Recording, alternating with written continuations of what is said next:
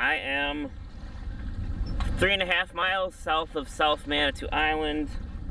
And yep, I'm going to South Manitou Island again.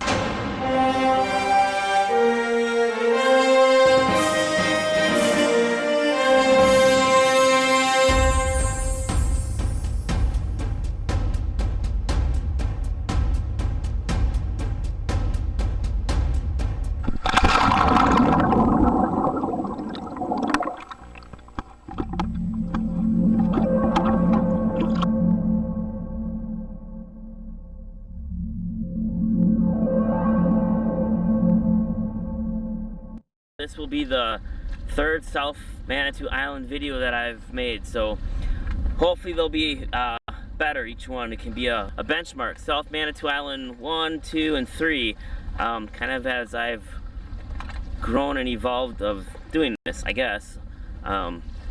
Really, we're just coming here because last night we were in some pretty heavy storms at anchor, and South Manitou Island just seemed like a safer place to anchor for the night, even though there's no storms predicted tonight.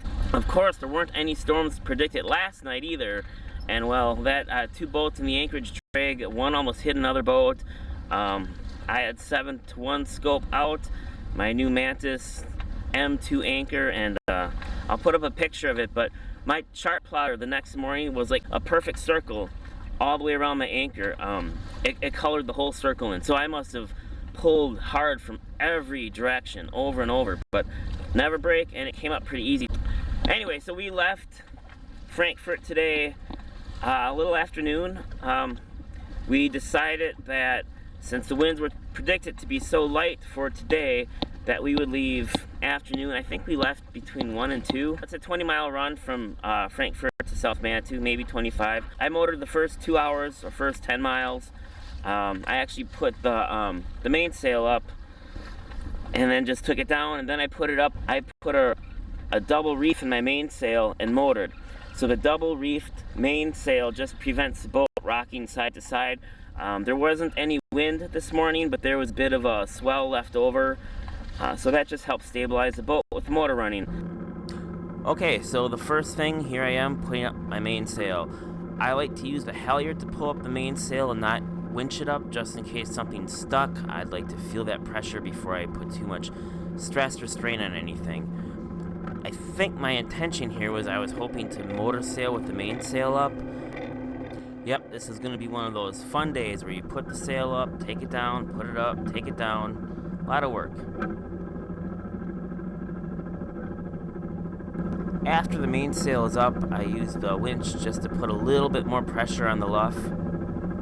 Okay, so the mainsail's up, I'm getting the boat back on course, and as you can see, the boat's rolling side to side and the sail's basically just kind of flapping in the wind. And yes, I could loosen the topping lift at the end of the boom and bring the boom down. That would tighten the sail up a little bit more. Instead, I decided to practice reefing the mainsail. Okay, the first step in this process is to loosen the main halyard. There it goes, the sail goes down a little bit. The next thing I'm going to do is I'm going to pull on this blue reefing line. That is the line for my second reef. So I have the halyard in my right hand and I'm pointing on the second reef line in my left hand. As you can see, the line on the starboard side of the boom, that's for my first reef, and that's just kind of getting in the way. As you're going to see, this is really not a perfect system, but this was probably a good day to practice with it. Okay, here I walk up and tighten the clutch for my main halyard, so that's locked down. And as you can see, this is just getting a bit chaotic with the boom flapping back and forth and the extra sails. So now I'm gonna come up and just kind of tuck the sail in, tuck the other reefing line in, and just get things out of the way a little bit.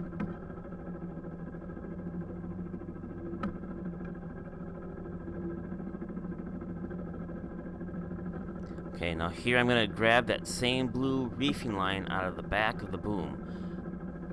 Okay, so even though this is a single line reefing system, you definitely can't just pull the reefing line from one place and tighten the reef up. Okay, again, if I was in any rough conditions or heavy winds, I would definitely not do this in this way. I would heave to so the boom stays on one side, things wouldn't be moving around as much. Okay, so now you see here I've got the one part of the reefing line in my right hand and the other part in my left hand, so I'm just kind of using both hands to help it through and pull it tight.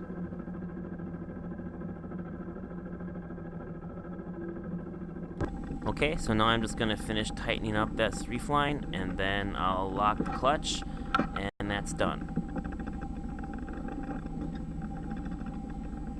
Alright, I used a bungee cord just as a snubber, just to keep the boom from moving. Last step is just to put the extra sail, kind of get it stowed away and tucked in. It's very important, even on a day like today where it's calm, as soon as I do something with the sails, I always try and clean the lines, get everything kind of squared away, put away, because you never know what's going to happen. Okay, now I'm just going to correct my course, get the boat back up to speed, and then we'll just take a few minutes and see how it's riding with this double reefed mainsail.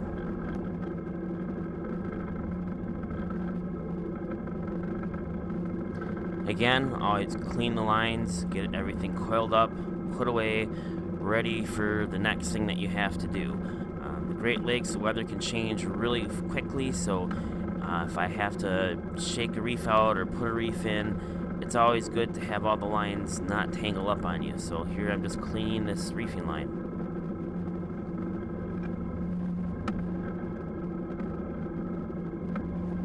Okay, so now I'm motor sailing with a double reefed main. I suppose I could have just done nothing and not put any of the sails up and just motored the whole time, but it's good to practice this stuff. Then the wind picked up. I put the jib up. I motor sailed at or above hull speed. I was getting like 7.2 knots, of course, going down waves, which is really good for this boat. So at that point, I know I'm getting power from the sails and the motor. Then I let more of the jib out. The sail stayed full, it helped my speed. Eventually I put the rest of the main up, stopped the motor.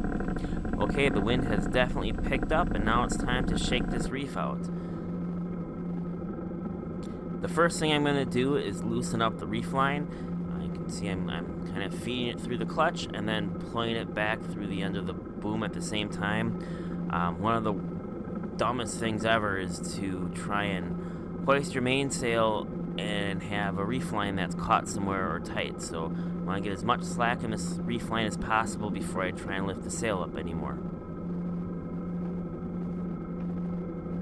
It's just kind of amazing how long this reefing line actually has to be to go all the way up to the second reef point on the mainsail. So I'm going to put the reef line all the way back in the clutch. It all has to come out. So okay, the next thing I'm going to do is just move the traveler down. That way the sail is going to start luffing and point into the wind in order to raise it.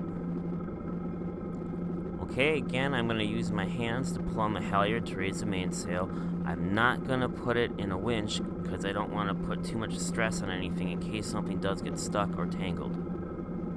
Okay, and sure enough, part of my reefing line gets stuck and tangled in the back of my boom. Alright, so once I notice I can't pull the sail up anymore, I check around and see what's wrong. Okay, I notice some of the reefing line got stuck in the back of the boom.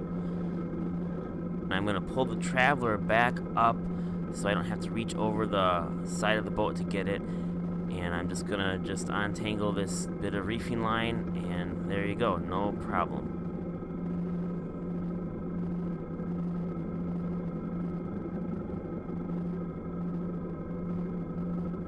Okay, now I just pull on the halyard, finish pulling up the mainsail.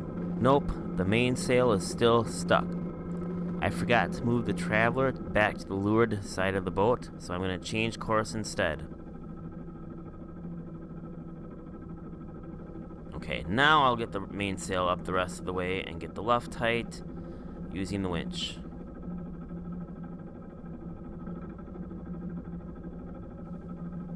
Okay, now I'll take the autopilot off, get the boat back on course, and we're sailing.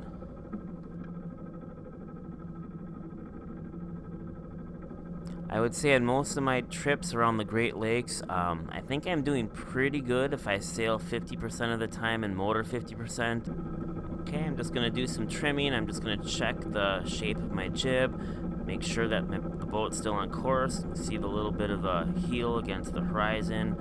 Things are looking really good. The last thing I'm going to do is coil the halyard, make sure that there's no tangles in it, so when I want to drop the mainsail, everything's ready and I can drop the mainsail easily.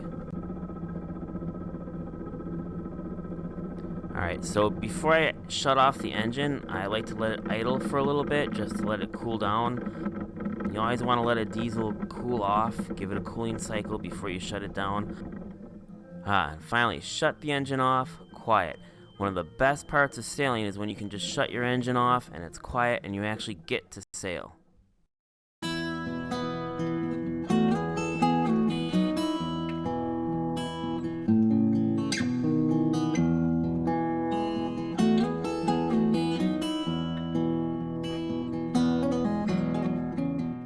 So now I'm sailing along at 4.5 to 5 knots, which is good. I mean, the last 10 miles, you know, it's gonna take me a little longer to sail, but I save that fuel.